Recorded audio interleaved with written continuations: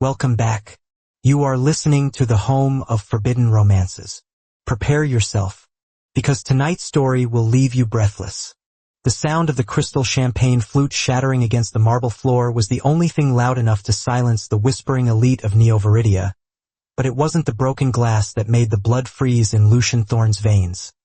It was the sight of his husband's hand resting gently, intimately, in the palm of another man. For 3 years, Lucian had treated Julian like a ghost haunting the halls of his penthouse. A beautiful, unwanted artifact from a merger he resented.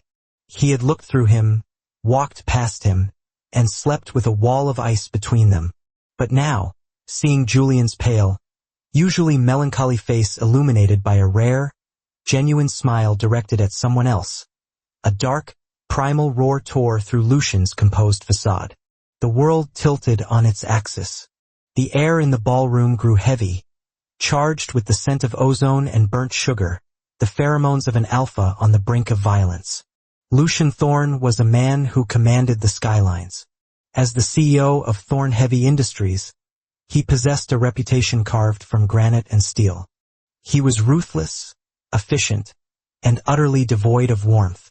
To the public, his marriage to Julian Vane, the youngest son of the falling Vane dynasty, was a fairy tale union of power and beauty. To Lucian, it was a shackle. He believed Julian was nothing more than a corporate spy, a pretty bird sent by his conniving father to peck away at the Thorne Empire's secrets. That was the logic Lucian had used to justify 3 years of absolute emotional neglect. He provided Julian with a limitless credit card he never used, a grand piano he was too depressed to play, and a cold shoulder that would freeze hell over. Lucian's logic was simple. If he didn't engage, he couldn't be manipulated. It was a defense mechanism born of paranoia, a complicated web of silence to protect his heart and his assets. But tonight, that logic was failing. The annual Celestial Gala was the event of the season, a swirling masquerade of diamonds and deceit. Julian stood near the balcony doors, draped in a suit of midnight blue velvet that hugged his slender frame, the fabric shimmering like the night sky. He looked ethereal, fragile, and utterly breathtaking. Lucian had ignored him since they arrived, leaving Julian to stand alone by the hors d'oeuvres while he discussed mergers with gray-haired board members. It was the standard routine. Julian would wait, invisible and silent, until Lucian was ready to leave. Except tonight, Julian wasn't alone. Standing before him was Elias Sterling, the Sterling heir, Lucian's direct competitor, a man known as the Silver Fox of the tech world for his cunning and his predatory charm. Elias was everything Lucian was not, outwardly warm, tactile, and dangerously attentive. Lucian watched from across the room, his conversation with a senator fading into white noise. He saw Elias lean in close, invading Julian's personal space. He saw the way Julian didn't recoil.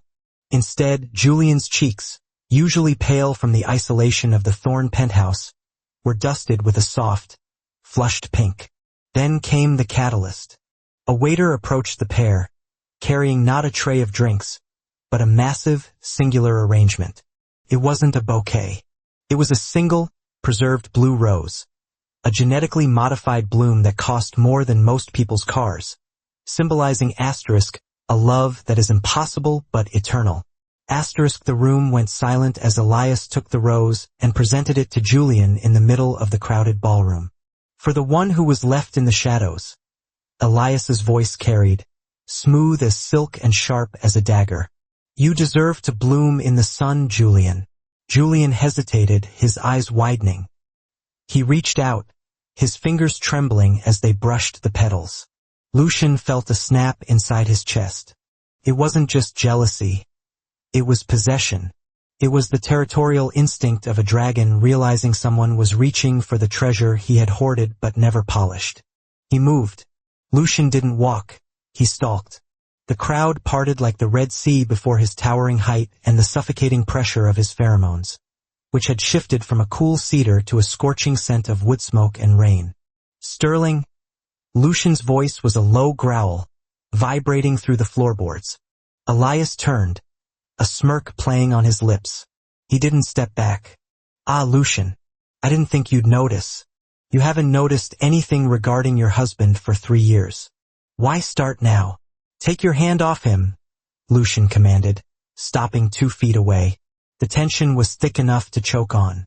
Or what? Elias challenged, his eyes glinting. You treat him like furniture, Lucian. A trophy on a shelf gathering dust.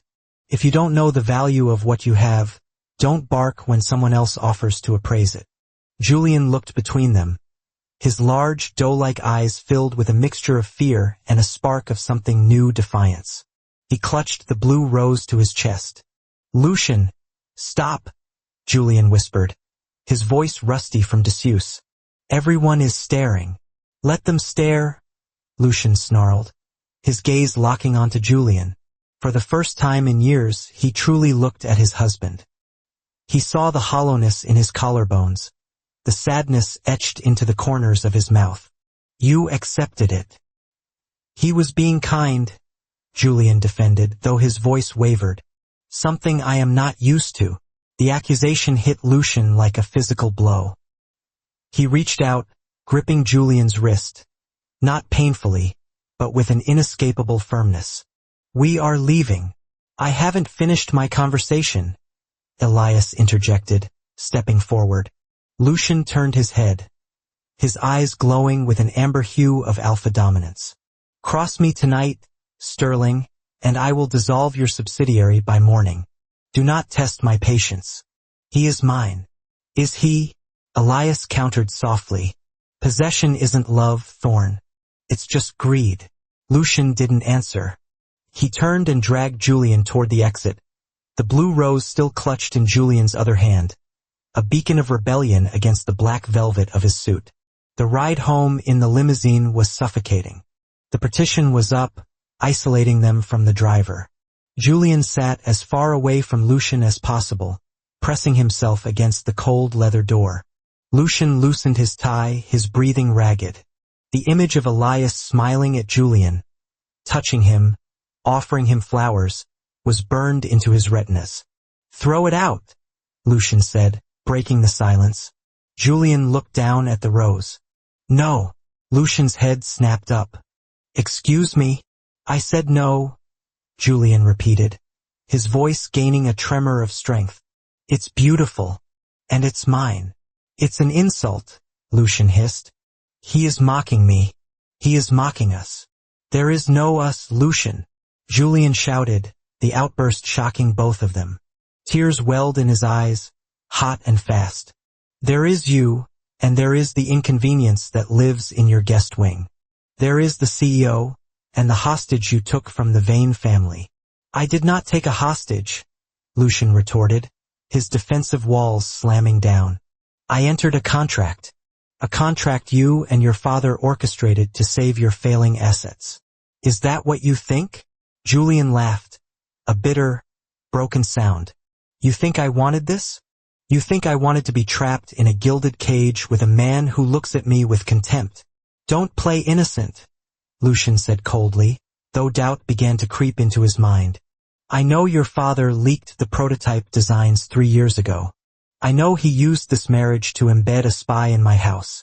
That is why I kept my distance. To protect this company. Julian stared at him, his mouth slightly agape. The car passed under a streetlight, illuminating the sheer devastation on his face. My father leaked the designs, Julian whispered. Lucian, my father hates me. He sold me to you to pay off his gambling debts to the syndicates. He didn't send me here to spy. He sent me here to get rid of me. Lucian froze. The car hit a bump, but he didn't feel it. What? I gave up my scholarship to the Vienna Conservatory, Julian continued, the tears spilling over now. I gave up my life, thinking I was helping my family, thinking maybe the great Lucian Thorn would be a savior. Instead, you were just another jailer. Julian reached into his jacket pocket and pulled out a sleek, black phone. He unlocked it and threw it onto the seat between them. Check it, Julian challenged. Check my messages. Check my calls. For 3 years. You'll find nothing. No reports to my father. No corporate secrets. Just calls to the grocery store and texts to a doctor for sleeping pills because the silence in that house is so loud I can't breathe. Lucian stared at the phone. It sat there like a ticking bomb. His entire justification, the foundation of his coldness, was predicated on the belief that Julian was a threat. If Julian was innocent, then Lucian wasn't a protector. He was a monster. He didn't touch the phone. He didn't need to. The raw honesty in Julian's eyes was evidence enough. Julian, Lucian started, his voice losing its edge. Don't. Julian turned away, clutching the rose tighter. Just don't. Elias asked me to run away with him tonight. He has a jet waiting.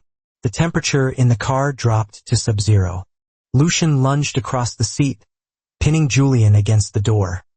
His face was inches from Julian's, his eyes wide with panic. You are not going anywhere, Lucian breathed, his control shattering. Why? Julian looked up at him, exhausted. Because I'm your property? No. Lucian grit his teeth, the realization crashing into him. Because He couldn't say the word. He didn't deserve to say the word. The car pulled up to the curb of the Thorn Tower. Julian shoved Lucian's chest. Let me out. Julian scrambled out of the car the moment the door was opened by the driver. He didn't head for the lobby. He turned to walk down the street, into the rain that had started to fall. Lucian stood on the sidewalk, the rain soaking his expensive suit instantly. Julian! Stop! Julian kept walking. A black sedan was idling down the block. Elias Sterling was leaning against it, holding an umbrella. He was waiting. Lucian felt a terror he had never known in the boardroom. He was losing. For the first time in his life, he had miscalculated everything. He ran. Lucian Thorne, who never ran, sprinted down the wet pavement. He caught up to Julian just as he was 10 feet from Elias. Lucian grabbed Julian's arm and spun him around, pulling him into a crushingly tight embrace. Let go! Julian struggled, hitting Lucian's chest. Go back to your spreadsheets, Lucian. Go back to your cold room. I can't. Lucian buried his face in the crook of Julian's neck, inhaling the scent of rain in Julian's soft, sweet jasmine skin. A scent he had denied himself for years. I was wrong. I was so wrong. Julian stopped struggling, shocked by the tremble in the alpha's body. I thought you were the poison, Lucian murmured against his skin, desperate. But I was the one killing us. Don't go to him. Please. Give me one reason, Julian whispered, his resolve wavering. Give me one reason why I shouldn't get in that car with a man who actually sees me. Lucian pulled back, cupping Julian's wet face with both hands. His thumbs brushed away the raindrops mixed with tears. Because he wants the perfect version of you, Lucian said intensely. He wants the trophy to parade around. But I am the one who broke you, Julian. And I am the only one who knows how to put you back together. Let me fix this. Let me earn you. You ignored me for 1,000 days, Julian choked out. Then I will spend the next 10,000 days begging for your forgiveness, Lucian vowed. Every hour, every minute. I will burn the company to the ground if it means you look at me with something other than pain. Just don't leave me alone in that house again. Down the street, Elias watched. He saw the way Lucian shielded Julian's body from the rain with his own. He saw the hesitation in Julian's posture.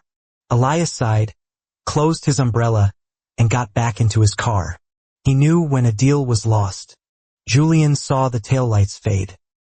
He looked back at Lucian, seeing the water dripping from the alpha's dark hair, the desperation in his jade eyes.